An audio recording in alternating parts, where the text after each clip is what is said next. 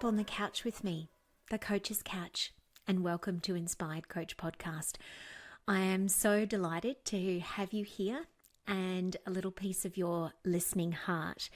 Whether you are a first-time listener, welcome, or you are someone who is a regular here at Inspired Coach Podcast, I hope that you are going to get so much out of being here with me on the couch today.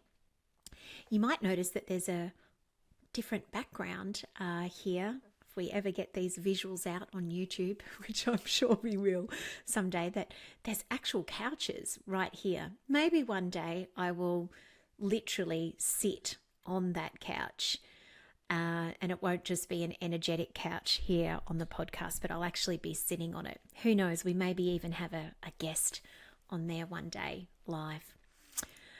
Anything is possible. Anything is possible here at Inspired Coach.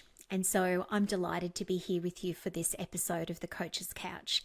And we have a listener question, which is a beautiful one. And I'm so excited to talk to this.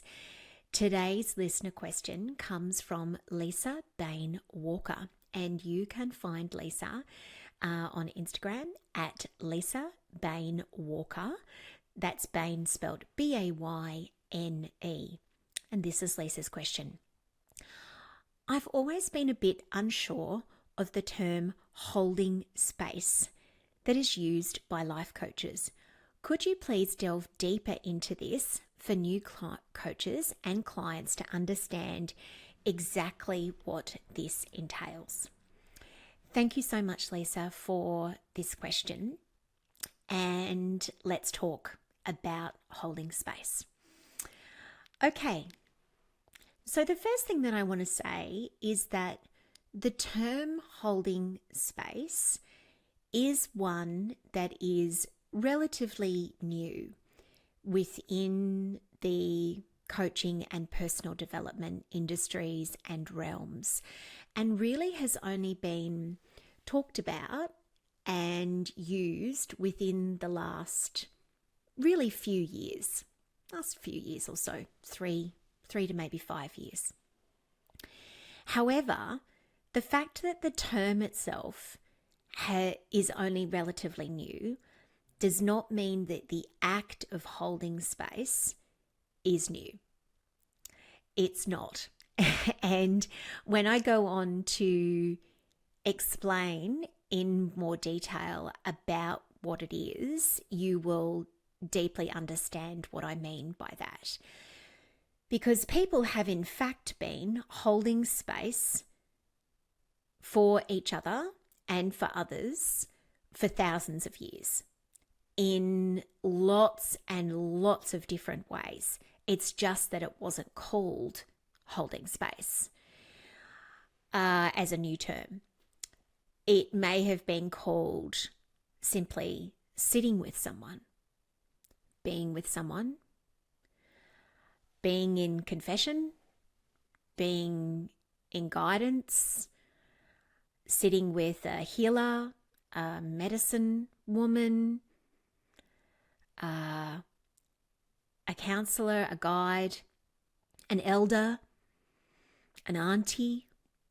Could have been any one of those kinds of interactions with a human being, which, as I said, has been going on for thousands of years. Because all of those things have the potential in varying different ways to mean that what was taking place there was the holding of space. So let's begin with a definition. There are a number of different definitions that we can tap into when it comes to holding space, but the one that I like best is by Heather Plett, who is the founder for the Centre for Holding Space. And this is Heather's definition of holding space. What does it mean to hold space for someone else? It means that we are willing to walk alongside another person in whatever journey they're on without judging them, making them feel inadequate, trying to fix them, or trying to impact the outcome. When we hold space for other people, we open our hearts, offer unconditional support, and let go of judgment and control.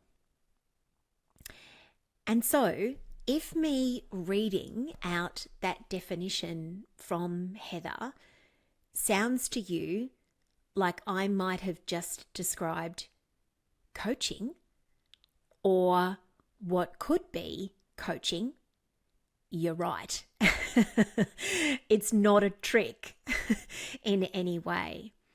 Because if someone is engaged in really good coaching, then essentially they are engaged in holding space for someone. They are being non-judgmental. They're supporting their client to feel empowered. They are not trying to fix the client. They are not trying to influence the outcome in any way where they're overreaching or meddling. They're heart open. They're offering unconditional support. They're letting go of control, knowing that it is the client that is in control of the process. And so, is good coaching essentially holding space? Yes, it is. And so holding space absolutely is what coaches do with their clients. And so one of the things that I'm beginning to see is that many people are in fact starting to use these terms almost interchangeably sometimes. Now, I'm not necessarily saying that that's 100% right, but sometimes the lines are getting a little bit blurred with it because they are so interconnected. But that's essentially what it means to hold space for someone, is to open up the connection and the communication between two people where that portal of non-judgment and open-hearted communication exists. And so really, essentially, as a life coach, you hold space for your clients in absolutely everything that you do for them. It is what I consider to be the energetic foundation of your relationship with them, that's based on unconditional regard, non-judgment, support, presence, kindness, and acceptance. Now, something to know about holding space is that it is not necessarily or definitely always something that takes place within a professional context. So from the definitions that I've given you and the explanation so far, I'm sure that you now know and or are beginning to realize that a doctor could hold space for their patients. A psychologist could hold space for their clients. A personal trainer can hold space for their personal training clients. Anything like that, where a professional person is engaged professionally in a non-judgmental, supportive, empowering, open-hearted, non-controlling way, can be seen where they are holding space for someone. However, we also can absolutely hold space for people in our lives in a non-professional way. We can do this in a personal way where we can make ourselves available to people that we care about, people that we love, people that we are connected to, whether it be family or friends, work colleagues. Doesn't matter whether they're children, teens, adults, older than us, younger than us, where we can hold space for them around anything that they may be traversing in life, where they need us to be an open-hearted, kind, non-judgmental listener and space holder for them. Whether it be for something that they are traversing in their life that is very difficult, possibly grief-filled and challenging, or whether it's for their joy. Because we also need people to hold space for our joy too, and our celebrations and our wins and everything that's going well in our lives as well. Because when we create relationships and connections with each other where people come and know that they can come to us with their joys and celebrations, then that's a really positive and wonderful thing too, rather than people feeling as though they need to hide those things or keep them small in some way.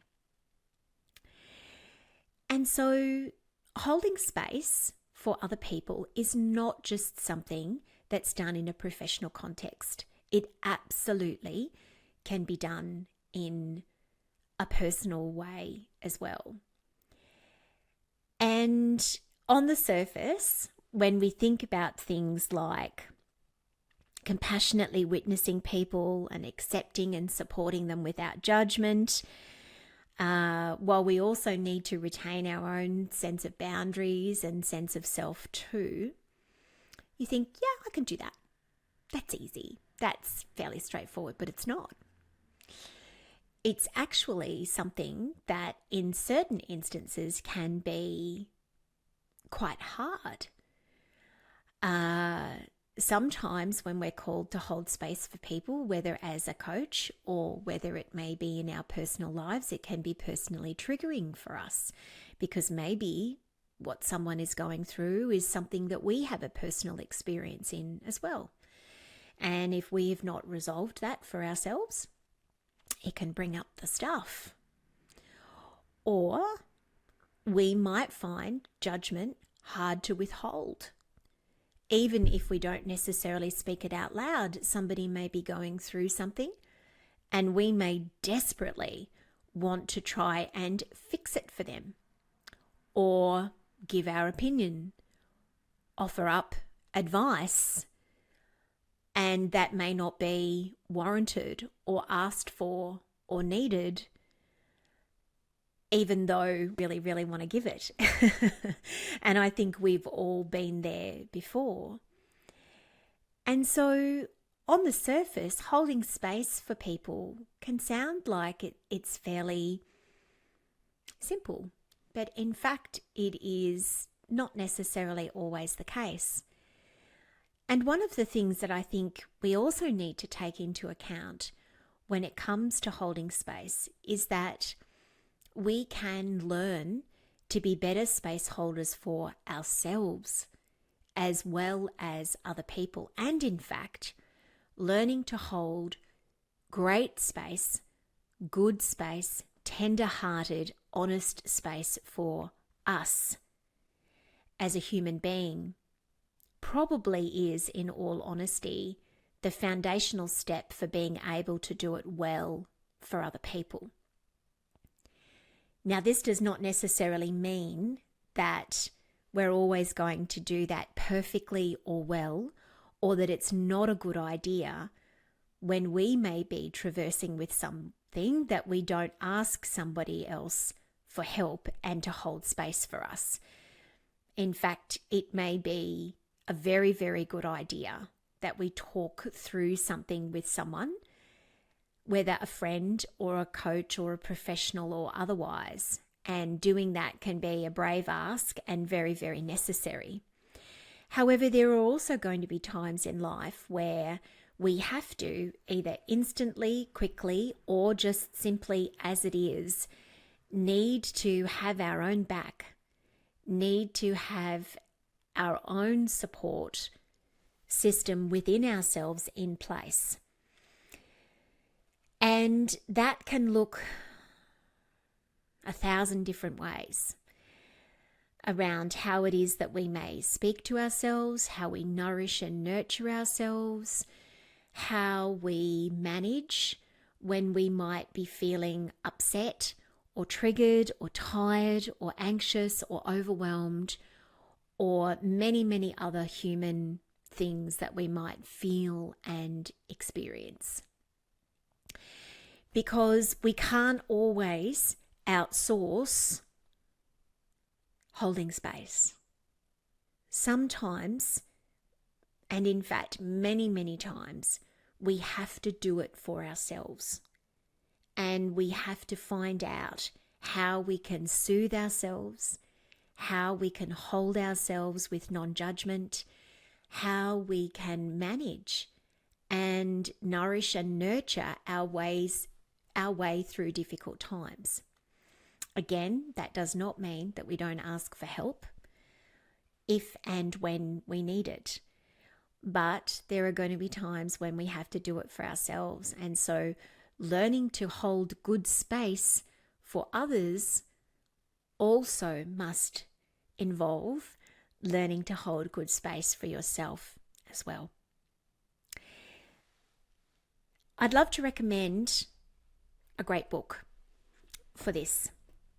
And in fact, for everybody out there that is training to be a life coach, is thinking about becoming one, is a coach already.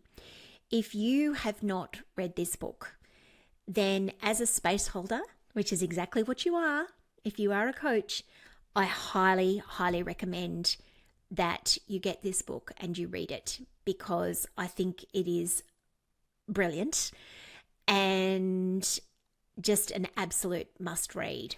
And it is called The Art of Holding Space by Heather Plett, who I used the definition of holding space at the start of the podcast today.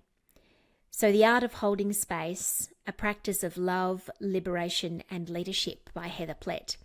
And on the back of this book, it says that what this book is a supportive, practical guide for all those who want to learn the best way of holding space for themselves and others.